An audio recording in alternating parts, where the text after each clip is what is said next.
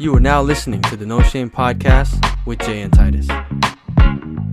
All right, welcome to the No Shame Podcast with Jay and Titus here on this hot morning in California. We have a very special guest here with us via Skype video. His name is Chet Hong, the CEO and president of Zoli Inc., Zoli Toy Company, right? Or no? Is it considered toy company? Or is it like baby company? Just stuff. Stuff, yeah. Stuff, houseware stuff, whatever. Yeah. Yeah, it's awesome. So to give you a little background of how I met Chet, I used to work for a company and we met each other through doing some trade shows. The ABC show, I think, was Vegas, and a whole bunch of other stuff, and kind of got to know him and the company, and we thought we put him on our No Shame podcast to get to know him a little bit better. So thank you for taking the time out to join us today. No problem. Yeah. So, I see the Zoli sign behind you there. How did you get the name Zoli? I know you told me before, but how did you get that name for your company? So it was named after our kids, Zoe and Lila. Oh. So we got Zoli, right?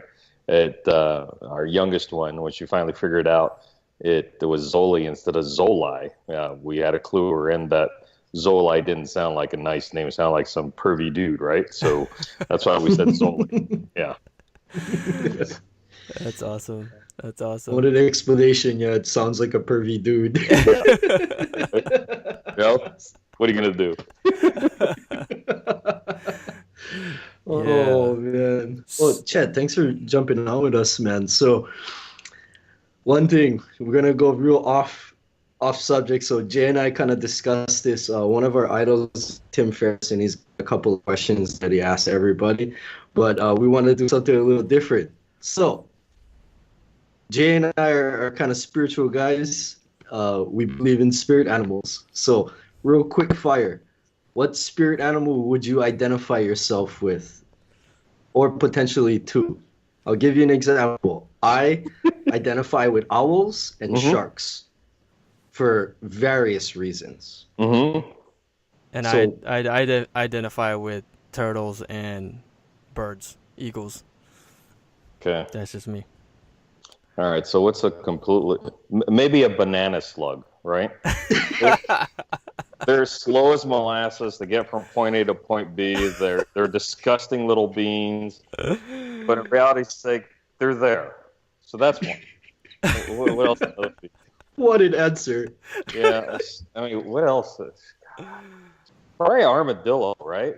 Tough little things. They just keep on going, moving, and then they know when to tuck and roll, and they just go across the street. They get run over, but hey, they're still alive. Yeah. Look at that. And I guess I think a cockroach too. So puppy, monkey, baby. Maybe what would that be? Banana, slug, cockroach, armadillo. So whatever that would be. Yeah. That's awesome. Well, it's a anti-radioactive with organic armor, mission driven. Yes. There you go. Right? There you go. That's what I got from that. Yeah, me too. Me too. That's hardcore. That's pretty hardcore. You know what I mean? Like, you don't die, and then you survive through anything. I'm awesome. still alive, right? At 53 years old, I'm still alive. So that's good. What a fantastic answer, man. Oh my God. Thank you so much for that. That was brilliant. Chet, were you just in Vegas for the ABC show? ABC is coming up in a month and a half. Yeah, soon. It's in a month and a half. Yeah, we're off to KJ in about 2-3 weeks. That's happening soon. Gotcha. Kindernugan and Columbia. Gotcha. Are you guys doing a lot of trade shows this year? Or have you done a lot of trade shows this year? We have. So we recently did, let's see, what show did we recently do? We did Astra. So that's thanks to you, man. You told us we should do Astra, so we did. It's going to be a great show. Yeah. So for those, let's clarify, that's the Association of Specialty Toy Retailers, and that was in Philly, and that was a good show for us, man. That's a lot of fun. I enjoyed it. Yeah. Our kids were there. They're running around crazy, getting on every jumping thing in the world, Yeah. And I was nervous as heck that our kids were going to go ahead and piss off everyone.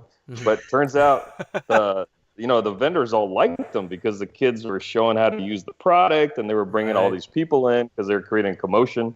Yeah. So our kids were kind of one of the stars at the show because everybody wanted them to go mess around at their booth. So it was good. Yeah, nice. Enjoyed the show. And it was in Philly this year. Yeah, it was in Philly. Wow. Yeah. Was it cold, hot? It wasn't too hot. A little muggy, right? But it wasn't too hot. And the kids had a good time. Yeah. I was gonna say that East Coast muggy weather. I was just in New York, and man, it's different type of mugginess, Yes. Yeah. Definitely. Cool. I want to jump into your origin story of how you started Zoli. Where did that come out? Where did that come from? Was that like a watershed moment where you were like, okay, I want to start this children's company because of this reason, or was it like something inspired you, or because of your kids? Like, how did that all start? Well, it's my wife has always been she's really bright, and she's always been a product marketeer. And my background is I started a few companies in the past in tech, and at the time she wanted to do this. She was an executive at a Fortune 50. Wow. And she had this project she had to do, which was pretty meaty. And, it took a lot of time to do. And then after building out everything she did, she created an ACH payment system for the Safeway branded companies. And ACH is automated clearinghouse, right? Yeah, so it took about 3 years to do, and took, tens of millions of dollars to do. And she just got tired and she got beat. And that's after she had her second child, she didn't come back to work. And that's when she goes, it's time to be an entrepreneur. Yes. It's time to check this out. I've always had these ideas, right? And at the time, it's when back in 2008, where we all had lead scares, and there was a lot of BPA issues and phthalate issues and plastics. And she goes, I'm going to build a brand that talks to me and my friends who have disposable income, who are, can buy the best of best and want to get things targeted toward her. So it was a simple mission. It's profile she and her friends and what they would buy. And I think that was an intelligent move. If you know your audience well, you're going to be successful doing it, right? I said, hey, I'm sitting here watching and raising our kids playing a little bit of golf, poorly, really bad golf.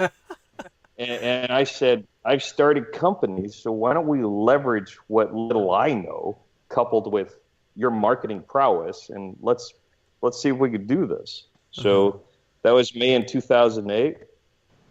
We went and checked out factories in Taiwan, because at the time China wasn't being all that trusted because of all the issues with product, issues and materials. And we just went up and down Taiwan, looking at factories that made sense, and visited some like 15, 20 factories to start with. And then we kind of figured out what we wanted to build, and that's when we started. And we haven't looked back. It started out as a lifestyle business. We didn't think much of it. It's just enough for my wife and I, who's my best friend, for us to travel together. And it wound up being much bigger and better than we expected. So, it's just your typical, let's start something because we think we can do it better. And it kind of grew and grew. And, obviously the greatest thing about it is meeting people like you, Jay, right? I swear to God, meeting you, it was cool. Just meeting cool people that gave a crap about what's going on and what their products do and who they are. So I'm grateful. We're fortunate to fall into it. Wow. Man, you just said all the different keywords that this podcast is all about. Like grateful. You mean like Diet Coke? Diet Coke. I love him. He's such an honest person. Like it's great. I love this. Jay, this brother is so Pono. Yeah. Well, explain to him what Pono means. Pono has a variety of meanings in Hawaiian language, but the essential meaning is righteous. Oh, well, thank you. So a big phrase in Hawaii is live Pono. So you live in righteousness. And, I did a little bit of digging on your company. I see what you guys do. I read your mission. you guys are living Pono. You Oh, guys are thank you. walking, breathing examples of how successful business men and women can converge together and create quality products that are mission driven, that help the environment. And man, there's so many kids running around in the screen. I love it. This little girl just comes in and like looks at what you're doing. I don't Yeah. even know what's going on back Yeah. there, but All I'm right, so let me intrigued. explain to you. Today is photo shoot day. Oh, So Ah, okay. every kid that we know, every friend's Yeah, daughter, yeah, yeah. son or whatnot is here, and yeah, it just turned out to be photo shoot day. It was coincidental the day that we decided to do this. I didn't even realize it, right? My wife goes, "Oh, by the way, everyone's coming in tomorrow to do photo shoots on the new products." That's Yeah, perfect. awesome. Yeah, that's yeah, so awesome. See right Yeah, there, that right behind you that's his is wife. irreplaceable. That's yeah. Julia right there, right by right. She's right behind you. Actually, your wife is right behind you. Titus, the one in the blue. That's his wife. Yeah, Julie. She's awesome perfect. too. She's great. Like, what an ideal business Yeah, for you and your Yeah, wife that yeah, are just both business and spiritual and life and everything yeah, partners. And you get to congregate with your friends and your family and do a yeah. bunch of good. yeah. I think Titus, you get to a point, right? When you're young, you're hard driving because you got something to prove. And Mm. then that's right out of college, right? So you're early to mid 20s. You're driving hard. You don't care who you're gonna piss off. It's all about you. Okay. Then you get to your mid 30s and you're managing some of the 20s, and you're like, oh my god, that was me. You got to be kidding. I can't manage this person. This person's insane. And then you get to your late 30s and you start realizing, wow, it's a little different game because you've already achieved a little bit of success, right? And now your friends are achieving a little bit of success, and now you guys can all help each other. And then you find out everything kind of crystallizes in your 40s, where your buddies and your friends and your contacts are all in a position to help you out. And that's, I started late. I was 40 with our first kid, and my wife and I, we just enjoyed each other's company, and that's why it works, because working with your best friend is what makes it work. Ooh. If I've heard so many husband and wife companies that they don't even talk to each other anymore, right?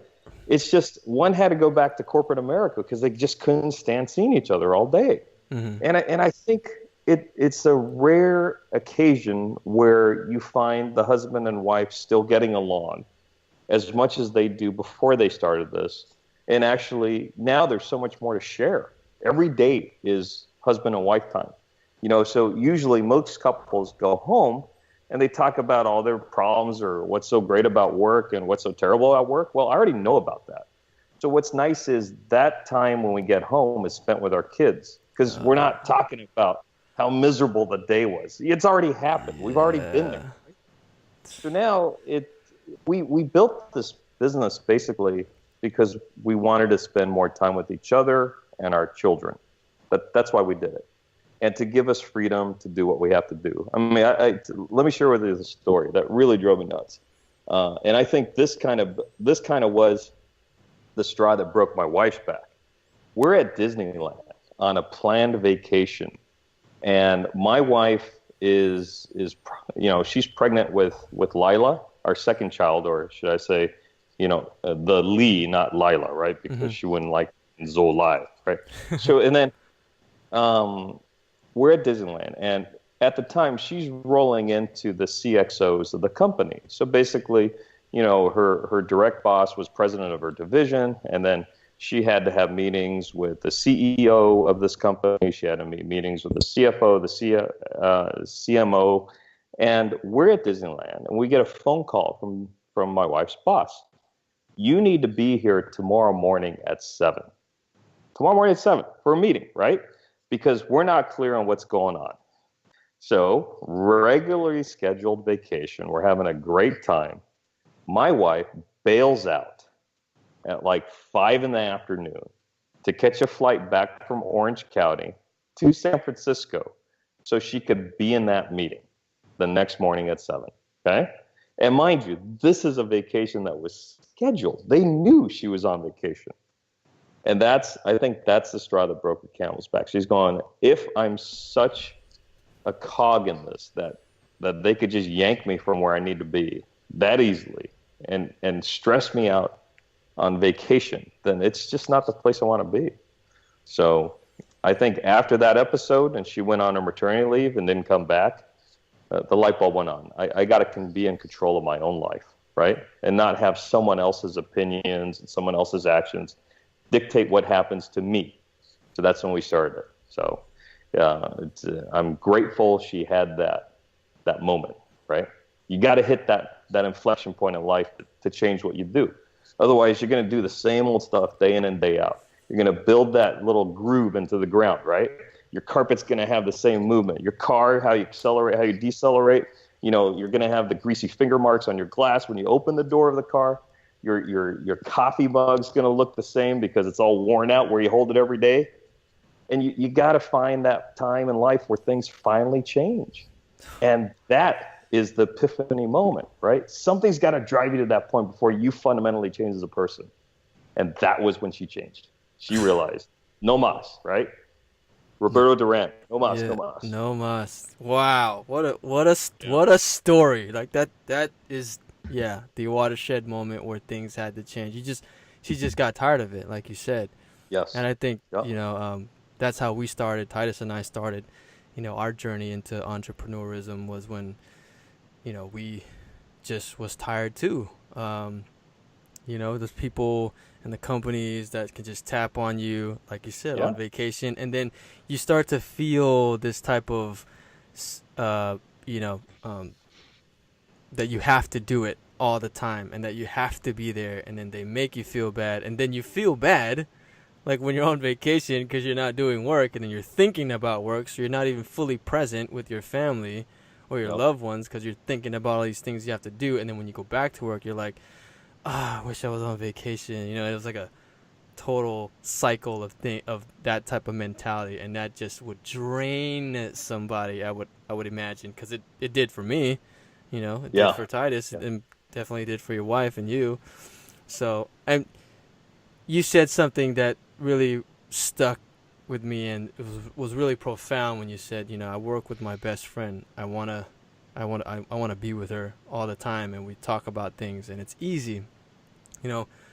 My wife and I are thinking about starting our own business, and and her and I are best friends. We not all the time agree. We sometimes agree to disagree, but that's what having a significant other is, and sometimes they don't agree with you all 100% of the time. I'm pretty sure that's the case with you, right? Or is it like all the time you guys agree? No, you guys just sound like everyone else. Yeah, exactly. Yeah, we're the Stepfords of Hillsborough. That's right. Yeah, we do everything perfect, though we have to tell you how. Yeah. Do you bring your kids with you all the time to different shows and all the different things that you have to do for work, or? Well, we try to in the summertime. For example, last year we on a lark did Atlanta gift show. Mm-hmm. Okay. And I can't say it was the right market space for us, but we tried it. And we brought our children. And luckily, we have a great bunch of folks that we work with. So we had a booth there. Julie and I really weren't there that much. But the folks we work with, they were manning the booth. And the kids and I and my wife, we got to see and experience a little bit of Atlanta, or Hot Atlanta, whatever you want to call it. Mm-hmm. And oh my God, if there's a place that mimics Asia in the summer, it is Atlanta. Oh, it was hot, it was muggy. But the great thing about it was we got to go to the Coca-Cola Museum. Ooh, nice. That was pretty cool, right? Yeah. And it was air conditioned. Nice. And then we also got to what was on my bucket list, go to the Atlanta Aquarium. Now, what's amazing about Atlanta Aquarium, they have in captivity, which I guess depending on who you talk to, good or bad, but they have whale sharks and they have manta rays. What? Yeah, nice. Is that crazy? Yeah. Right? I hear the only other place that has whale sharks is the aquarium in Tokyo or in Japan somewhere. But short of that, Atlanta has whale sharks in captivity. I think they had 3 or 4. And then they had manta rays too, right? So just imagine you're watching these fish just swim right over you that are the size of basically this conference room. Absolutely crazy. Yeah. So we got to experience that with my kids. My littlest after that trip says she wants to be a marine biologist. We'll see what she says in another 20 weeks, right? Cool. But it really resonated with her, and that this is kind of cool. Yeah. So, we went there, and then obviously we just mentioned Philadelphia. We went to Philly together, and the kids had a good time. They saw how small the Liberty Bell is, right? Everyone talks about it, and then you actually look at it going, that's it? Oh, there's the crack. We're done. Let's get out. Okay. Yeah. Yeah. I took my photos. Yeah. Okay, Dad, we're done. Absolutely, man. Where's the arcade? I want to see more fish. So it's good. Yeah, the kids travel us a lot, and it's nice. Cool. Definitely nice. Yeah, those whale sharks are huge. I actually got to swim with live whale sharks. That's so cool. In the wild, like they're in the bay because in the Philippines. My wife took me, and it's the world-renowned spot. Yeah, they're huge. They're massively huge. Just swim past you, and you just see this big fin, and you're like, what? You feel so small next to them. It's amazing. Oh, Jay, I'm envious. I've never seen anyone in captivity though. They must have been really nice with all the spots. Put on your bucket list. Yeah. Go to land. You'll see it. Whenever you're ready to swim with manta rays in the wild, you come Big Island. That's a bucket list thing of mine. It really is time. Yeah. This is the most intense experience with beautiful creatures, because they say the manta rays are like the brainiacs, the geniuses of the ocean, because they have the biggest brains. And to watch them gracefully just sort of feed and do barrel rolls, and they come and check you out. They do these little banks. Cool. Oh, that is so cool. They'd look at me and go, "He's not worthy. Let's move on." So it would be interesting. That guy clearly is not part of Mensa. So we Mantas are Mensa, and that is, that's Idiot Boy. So I would enjoy it. That'd be cool. We'll see if they swim away. Do a sniff test and go, see ya. Oh, that's funny. He's so humble. So let's get back to some of the business side of Zoli, because I'm really interested in, when you first started your company, you said you went to all these different factories in Taiwan. What type of products, or how did you choose your type of products? Was there any type of research, or did Julie say, well, there's something in the market, but I want to better this specific product in the market? Like how was that process? Pretty much all of that, right? We three are all ethnically Asian. And as such, we have ties into whatever respective countries, geographies we come from. And as we know, if we're in our geography, we don't see anything else but what's in our geography. And Julie's mom brought back some items from Asia that were commonly used items that you didn't even know about, right? That were so useful. And we said, wow, granted, they don't look great, but the usability was incredible. So what Julie and I did was we kind of figured out, we like these products. We can't find them here. Why don't we go and have them made with a twist of being modern and the aesthetics of people that are like us and what they would want to see. So that's when we started searching out and sussing out factories that could do what we needed to do. Our mindset is as such. Sometimes single product companies, they don't get much visibility because they're only making one thing.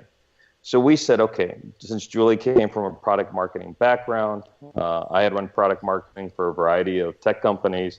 We kind of knew in order to get any visibility at a trade show, because there's thousands of companies, there has to be something different. And our differentiation was basically, we're going to create products and a line of products. It's not going to just be one product. So when we launched, we probably had, 7 or 8 different products. But remember, each product could be made a different color, a different packaging, right? You could couple it with different things. So in reality, when we launched, we probably had 25 different SKUs. And the commentary that came back was, are you guys a European company coming to the U.S. for the first time? We've never seen you. We never heard about you. Are you an Asian-based company coming here for the first time? Are you guys a division of a larger company that's in the baby space? There was never, oh, you guys just started? None of this. They just assume we've been in business for a while. And I think Nice. that's because Julie knew how to make the products look pretty and looked as if they've been there for a while. So she started off using organic papers, right? So that organic's always a key word, right? Or and then she used what else? Recyclable paper, organic colors and paints, inks, vegetable-based inks. Everything looked modern and everything looked as if it was sustainable, and that was the intent. We were one of the first companies to eliminate plastic in packaging. So everything was made with paper packaging with cutouts. And what little plastic we had to have was always using PET. So, the recyclable plastic, right? So that was all part of the look and feel of the company. So when we launched, we made some original designs. We did some repurposing of products usability. And we just thought about, what does this market space need? What does this market space want? And in a way, it's not what they need or want, but what you tell them they should need and want, right? We can always remember, all three of us, I could tell we're on this call, had ADHD. Otherwise, we wouldn't be doing this right now. But did anybody tell you guys you had ADHD? No. It wasn't until the pharma companies came around and said, oh, we can make some money here. I bet you these kids are all spazoids. Yeah, you were a spazoid. I was a spazoid. Let's make a medication that dumbs them down. Mm-hmm. And then it became ADHD, right? Before, it's just you were that kid that couldn't keep still. Mm-hmm. Now you have ADHD and you need Ritalin. Well, I think it's the same thing, right? If people don't know what they need, then it's your job to some extent to kind of show them, look at some cool products that can help your daily usage. And I can't, the baby industry, my God, is that full of mom and pop businesses that have come up with a great idea? Because they see the need every day, right? Yeah. And then once you see that product, you go, wow, that's a great idea. We should be using that. Well, that's what we tried to do, was to come up with some innovative products that weren't readily available, that people could have that aha moment when they saw it. They go, I get it. And that's how we kind of started. So, roundabout answer to your question. No, that's an amazing answer. That's very full-bodied right there. Thank you for going into detail with that. Wow, that's cool. I saw that in the background. One of your employees has a dog in there. You guys have pet-friendly environment in the office there. Yeah, we do. That's awesome. So, and it sounds like, just from knowing you and just from talking to you, and just the way you are, I'm pretty sure that the company culture in your own company is really lax, is really honest, really, just a real, it looks like it's just a real chill place to work and be with people that they actually like to work with. Was that something, yes. was that something important that you wanted to, put into your business, or was that just like organically come about just because of the way you are? I think, Jay, we all like working with people that we like. Yeah. Life is short. Same thing with a company, right? If you're trying to sell an account, they're going to buy from the people they like, even though you guys have similar goods, because you got a kinship with someone, right? And it doesn't matter. It could be anything. You could sell fruit. You could sell carpet. You could sell anything. You're going to do business with people you like. And I have to be in this place, 50 hours a week, correct? And then when you consider trade shows, that's 100 hours a week. Yeah. We want to hang with people that we enjoy company with, correct? That's just life. It's like in high school. Everybody pods out. They go to people they want to hang out with. And that's our attitude is. We want to be with people that like this company. We want to be with people that see the value in being here. And, I tell everyone, you come here, work here, you better have thick skin, because we're going to sit there and it's just going to be, the times we're ripping on people. There's times that we're joking on people. It's just part of our corporate culture. And you're right. I think it's an extension of both the way Julie and I are. We're both pretty chill people. Mm. I got no axe to grind. I'm not very competitive. I just want people to be happy, because I think happy promotes an environment where people are going to be allowed to make mistakes or be successful, right?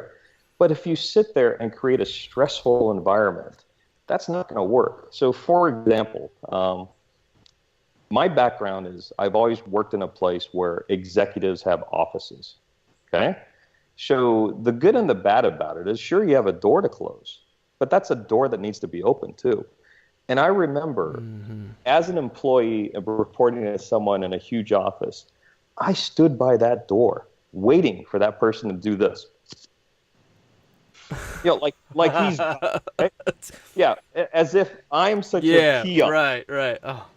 And come on in, buddy. It completely does not promote an easy dialogue and conversation. Yes. So when Julie and I both started when we started this business, we said, look, it has to be an open environment, because that's the only way you're going to promote communication. And there's only one person in the office, our CFO, for obvious reasons, right? The financials and all that, the legalese, everything needs to be in that office. But the rest of us, it's a big bullpen. Everyone is the furthest person from me is 25 feet. If I can't talk to someone in a natural voice or a little louder, then that's too far. And we believe in an open environment. There's, pretty much it's a very laissez-faire, and it's definitely an environment where anyone could talk to anyone. It's just the way it is. I get ripped on the most in the office, which is great. Someone has to be that person. It's a good thing. There's no this, you're better than me attitude.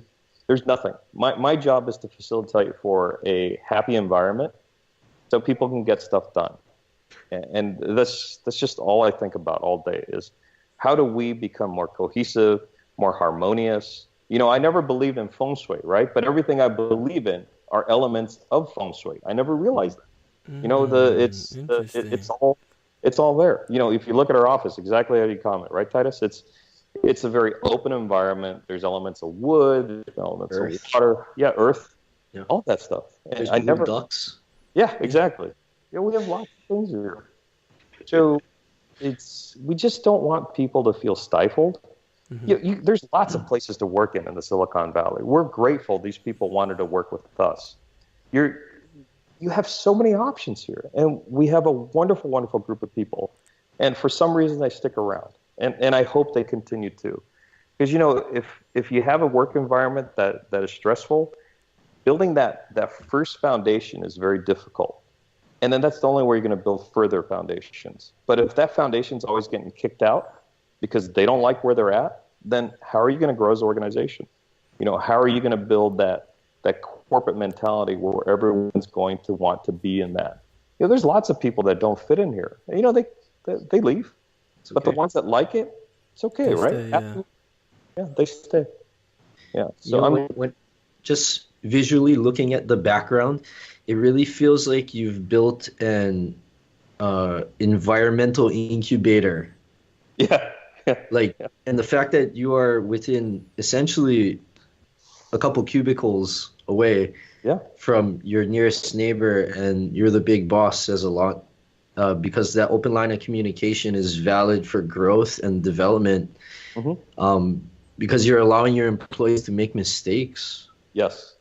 That's so huge that you allow employees to make mistakes.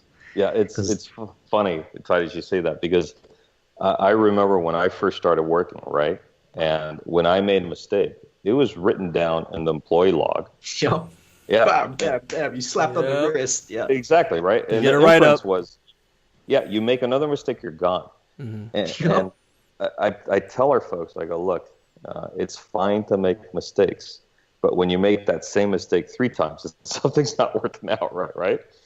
You need to learn from your mistakes so you don't make it again. And sometimes when I talk to other business owners, because all my friends are entrepreneurs as well, you just gravitate to each other because you feel the same pains, right? You feel the same pain of payroll. You feel the same pains of how you're going to finance your inventory. You feel all the same issues. And they said, "Oh my God, you still keep that guy on?" I would have gotten rid of him yesterday. And I said, well, you and I do business a little different. Right. But, we're all human beings. We all want a place to be. It gives us purpose. In Chinese, there's a saying. It's called ban. And ban means it's kind of like reason. It means the ability to do something. It gives you some purpose, right? And I fundamentally believe it. Your purpose in life is to help other people have better purpose in life. It's not for you to become the big boss and everything rolls to you, right? Damn. You need to enable other people to be successful, and that's the problem. The world doesn't believe that. Look at our president right now. It's all about him. It's not about how to make this country better, how to create more opportunities for other people. When my wife and I started this business, there was basically a few mandates. The mandate was that we were going to build a business that we enjoyed, okay? The second mandate was we were going to build products we were proud of. The third mandate was, and this, mind you, it's in 2008. It's a different story now. We were going to be safe harbor for friends and family who, for whatever reason, were having difficulty at the time financially. That was important to us. We wanted to provide something good for people. And, since we've started this business, my nephew, you remember Jay, Justin? Yeah, Justin worked for us for like 4 years, right? Yeah. And he was great at what he did. My sister-in-law works for us. We just want to create a place where people have opportunity. And we've hired so many of our friends' kids. Right now, Alexia is a friend's child. She just graduated in Santa Barbara, and now she's doing our sales, right? This is the kind of place we want to build, a place where people, it's a good place to work. You're going to learn a lot. You're going to have a lot of responsibility. It's your choice to leave, right? It's always anybody's choice first. But we just want to give a place where you're not going to get rich here, but you're going to have a decent income, and you're going to have a place to learn. And that was one of the premises, was definitely to give an opportunity for people that needed opportunities that we knew and we cared about. So, I'm hoping we're still doing the right thing. The intent was, that was the 3 mandates. Hey, man, teach a man how to fish. You feed him for a lifetime. Yeah, absolutely. Yeah. Wow. You guys hiring? I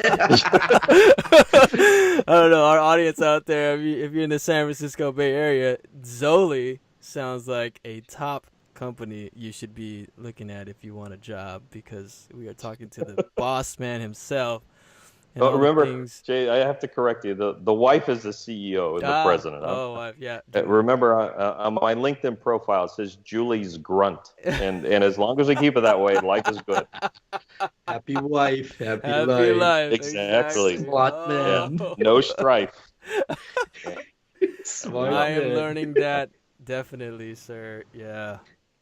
Yeah, we, I just got married, and we're about to have our first kid, and hey, congrats, Jay. I'll send you some stuff, man. Oh, no. I appreciate it. No, have to. I appreciate it. No. Definitely. So you know what it is? No, we're not going to find out until baby comes. You are a daring man. My wife had to sell me on that, because I was the first to say, what? You really want to wait? My sister waited with both of her kids, my niece and nephew. I just couldn't see myself waiting, but now that it's 7 months now, and it's actually, oh my God, you're close. Buddy. Yeah, it's close. It's October. We're doing October, and it's around the corner, and it's actually pretty fun. Fun that we kind of always ask each other, like, oh, what do you think it's gonna be like? How the personality is, how's it gonna look like? Like, it's always So, but it's pretty fun. Maybe we can get you have kids? I got one 12-year-old. Oh, boy. Okay. So you know what he's in store for, man. Yes, I do. Yes. But, he's got him. He has a nice little rock built around him. Oh, that's funny. They're going to be just fine. Hey, so, Jay, I'm going to tell you this, and you're going to realize it soon. They come in baked. You can't change it afterwards. Once they're out, they are who they are, and it just gets more and more that way, right? I remember when my wife and I, before kids, we'd be sitting at this is a true story. We're at Mimi's, okay, and in San Mateo or Fox City, depending on how you look at it. And there's this mom with these two screaming kids, and my wife and I are sitting there going, can't you control your children? That's what we're thinking to ourselves, right? Oh my God, if we had kids, there's no way they'd be that way. Okay, so fast forward 15 years later, and those are our children, and there's the two millennials next to us looking at us going, can't you control your kids? We already say that. We already say that. So it's I know it's gonna happen. I know it's gonna happen. I have a feeling. Oh, yes. There's nothing you can do. Yeah. They are who they are. It's hilarious. Yeah. That is hilarious. I keep looking at the logo in the background. Mm-hmm. What is there any significance with the pink, green, and blue tree there? Is there symbolism or anything like that? The green is my wife's favorite color. And at the time, Zoe's favorite color was pink, and Lila's favorite color was blue. Okay? But the blue and the pink thing is reversed. Now, Lila's favorite color is pink, and Zoe's favorite color is blue. So that's the thing. Julie wanted to create a logo that basically represented our family. And then I said, so where am I? And of course, she didn't have an answer for that. And then finally, 15 seconds later, oh, you're the brown that holds us all together. There you go. You're the tree. Yeah, exactly. You're the tree. Yeah, nice. Groot. Yeah, I am Groot. Exactly. Yeah. I am Groot. You are Groot. I am Groot. Yeah. That's awesome. That's cool. We have a special connection to that Marvel character, Jay. Yeah. Yep. He's cool. Yeah. He's awesome. Definitely cool. Vin Diesel. Shout out to Vin Diesel. He's the baby Groot. Yeah. Yeah. So what is go ahead, Titus. No, go ahead, Jay. Go ahead. I was gonna say what is the newest thing that Zoli is into right now as far as products or anything like that? Can you spill some beans for our audience to see? Or that's too.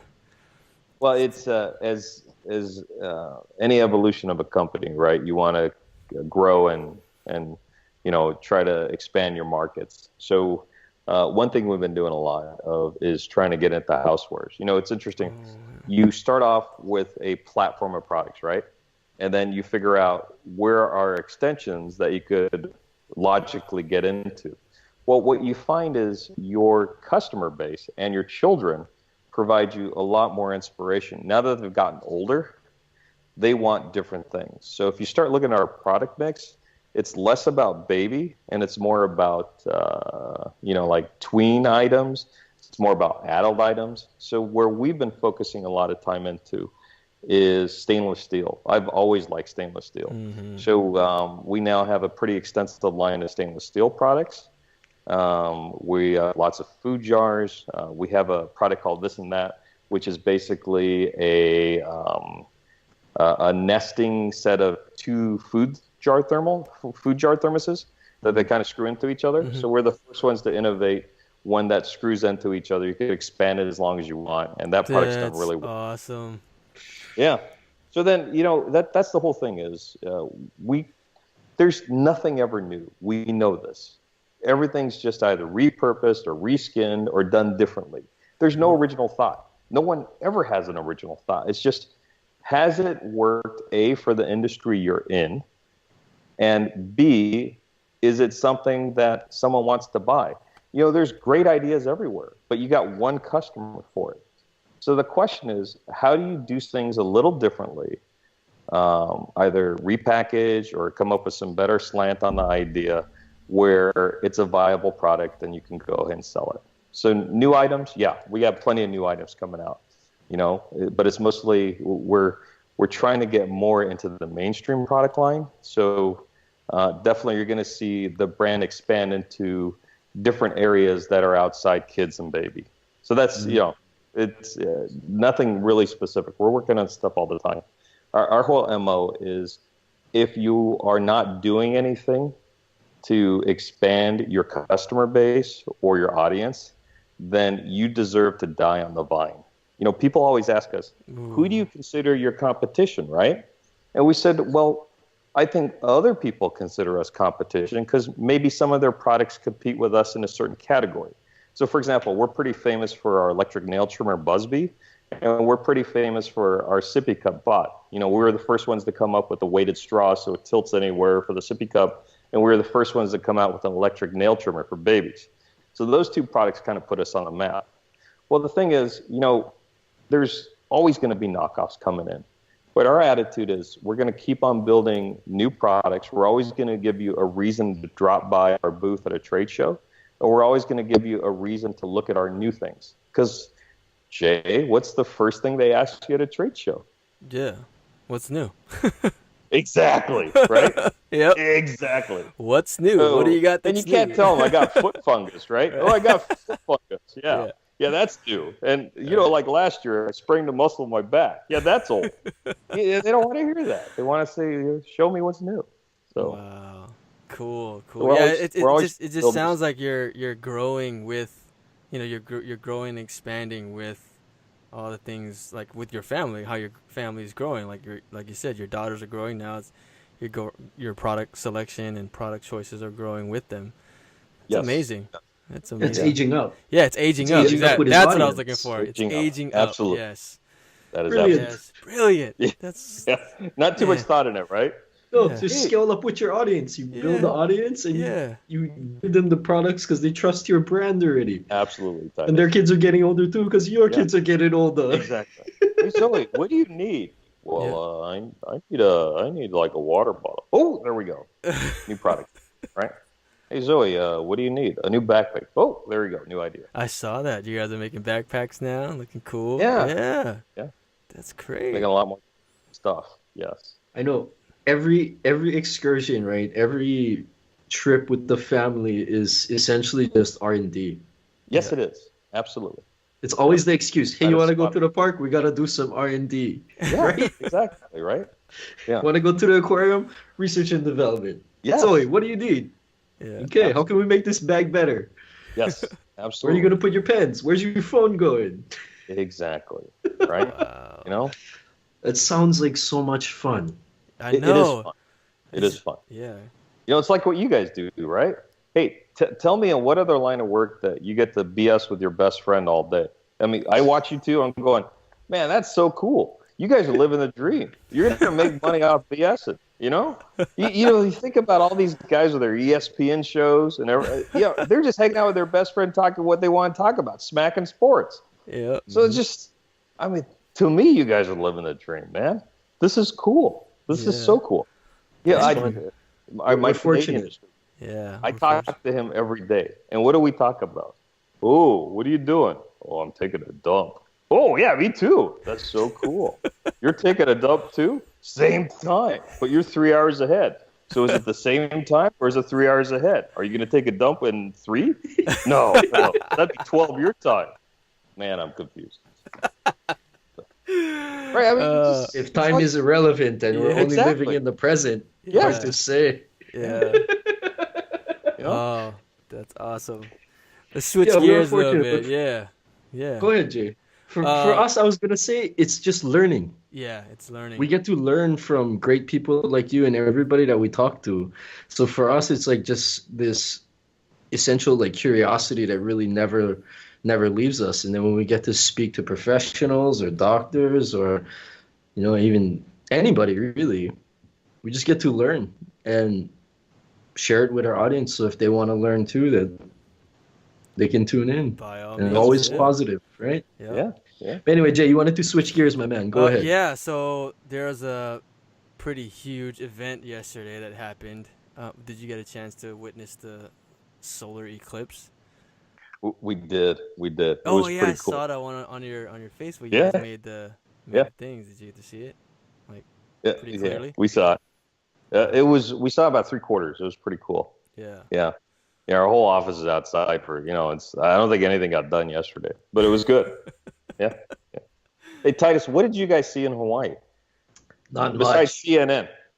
No, we couldn't see. Well, where I was, we couldn't see it because the rain was so thick. We're getting hit with a thunderstorm.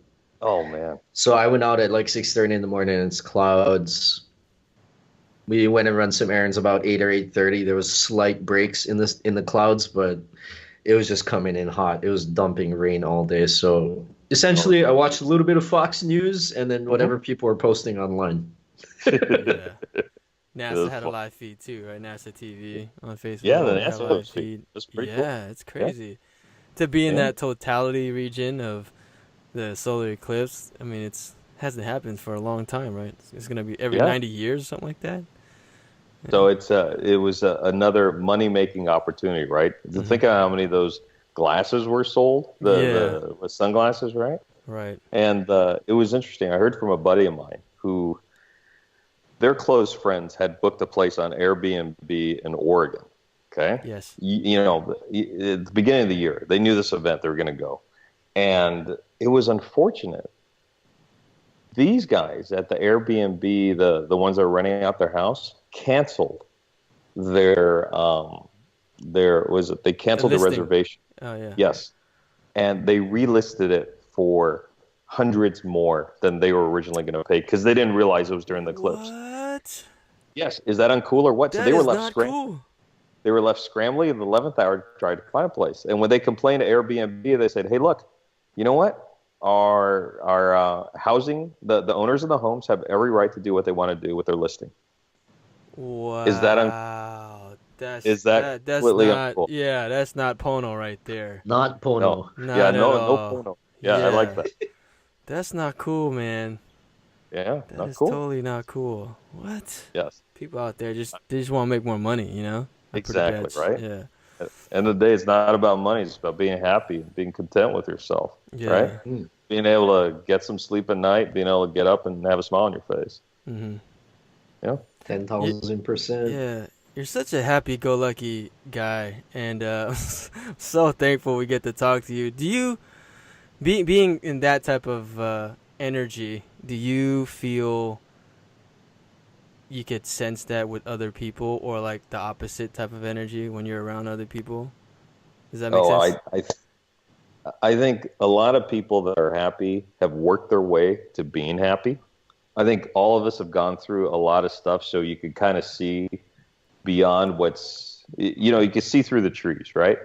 And I think a lot of people that haven't had experiences, they haven't seen enough of life, can't see beyond the trees. And I think that's where pain and misery and suffering comes in self-worth, doubt and self-loathing.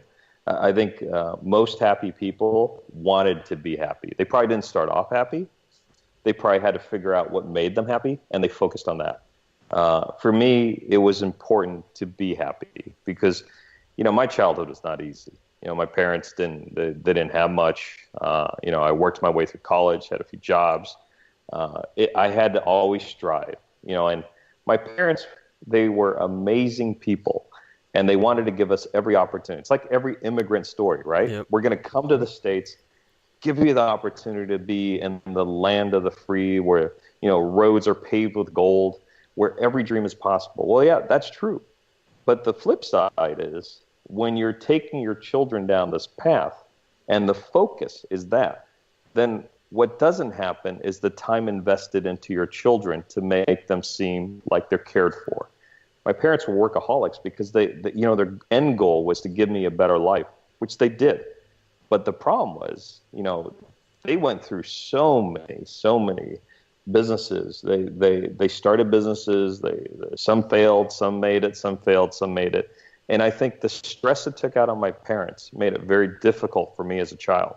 So I said, when I got older, I'm going to try to figure out how to be happy. And it took time, right? You gotta weed out the noise that doesn't make sense and focus on the areas that truly make you happy. And you eliminate things that suck up time and resources, and you focus on the things that truly are going to get you where you need to go. My thing was, my wife was the one that told me, you give and you give and you give. You're always there to help out whomever needs help, right? But she goes, are those the same people who are going to help you back when you need help? And she was right. She taught me to be a little bit selfish, and that made the difference in life. That helped me basically eliminate the noise, eliminate the static, and focus more on what was important. And I'm grateful for her for doing that. My life turned around with my wife. I was very good at starting businesses and doing well, and then kind of, spiraling out of control because you had the free time, right? Here you just sold your business. You have cash and you have time, and what are you going to do? Well, as a young person with nothing better to do, you just wind up pissing it away or partying like crazy. So I did that a few times, exactly, right? And then my wife goes, how much longer are you going to do this crap? And I said, you're right. I'm not getting any younger. And she made me focus on things that were important to me. And that's when I truly found my happiness, right? It was getting there. I'd gone through all my growing pains. And, I was figuring out life. And no longer was I the angry person. I kind of said, life's too short, and it's obviously, it's getting shorter for me, right? Well, so, essentially all of us. Yeah. Yes, exactly, right? Yeah. I think it's just, I think you we figure all, out what's important, what isn't. Yeah, man, I think we all share that commonality of, we were angry at one point, because I can attest to that. So many times I was, just out of my mind, angry for no reason, and it was just a waste of time. And now I think in this day and age, right now, I'm 36 now, and Titus and I have gone through some sort of a transformation, in thought process, in understanding life, in understanding time, and understanding what's important, like you said, and for me, it was the same for me too. My wife Angela, she's pretty much, my anchor to tell me certain things. Like she would tell me, like, hey, your tone of voice is kind of, because she's hypersensitive, and I've never been with anyone who was hypersensitive, and I mean, my patience level went up, my mindfulness went up, like everything changed, and I'm so grateful for her. And it's good to hear someone like you, like that's gone through it, with your wife. So big shout out to your wife, Julie. She's awesome. Yeah, I remember every time we went to a trade show, and when she'd see us or see me, she'd always come with big, huge smile. And then, hey, do you want some food or you want a drink? Like, it was always like, give. And like, hey, come check this out. Your booth was so inviting, and that's why people were so drawn to it. Yeah, it was great. Like, it was awesome. Definitely awesome. Excuse me. Good energy, yeah? Yeah, it's all around. Good Pono. Fucking Pono, this fucker. Yeah, man. When was the last time you guys went to Hawaii? Have you gone to Hawaii yet? Oh, many times. Jay, here's a sad story. My kids are on ski team. They're competitive skiers. Oh. And they're pretty good. Okay. So when we decided to go down this path, we actually purchased a house in Tahoe, North Star. All right. And that was probably about 4 years ago.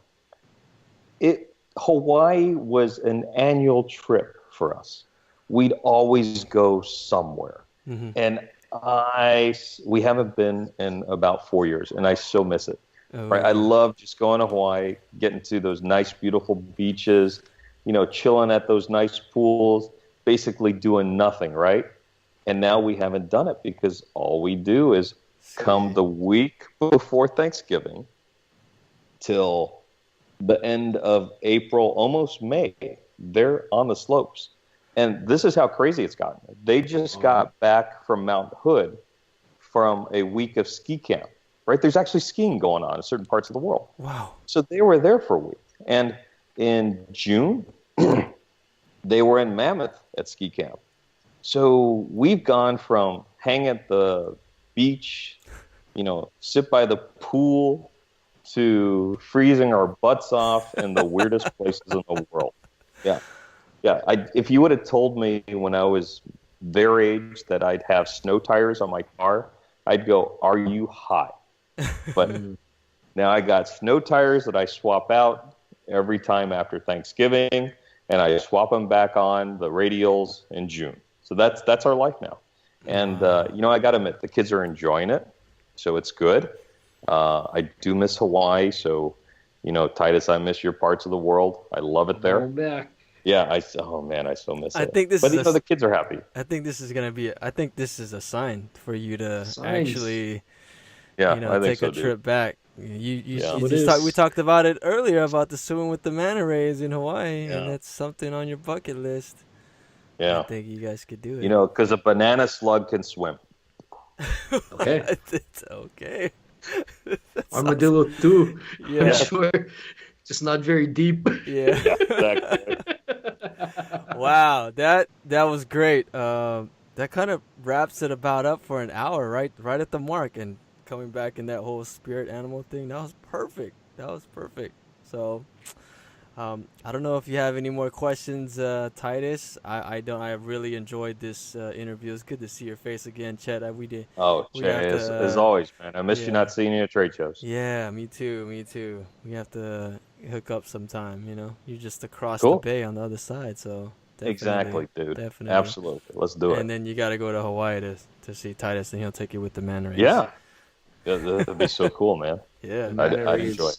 Yep. The best wildlife experience you could ever ask for. Wow. I look forward. That is definitely on the bucket list. Make it happen. Cross it off. Yeah. I think so. Check.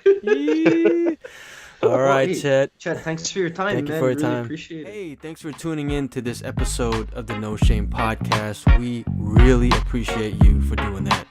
Please like, subscribe, and follow all of our social media handles and rate us on iTunes. It would really help us a lot. And we promise to keep bringing you valuable content. Thanks again, and aloha.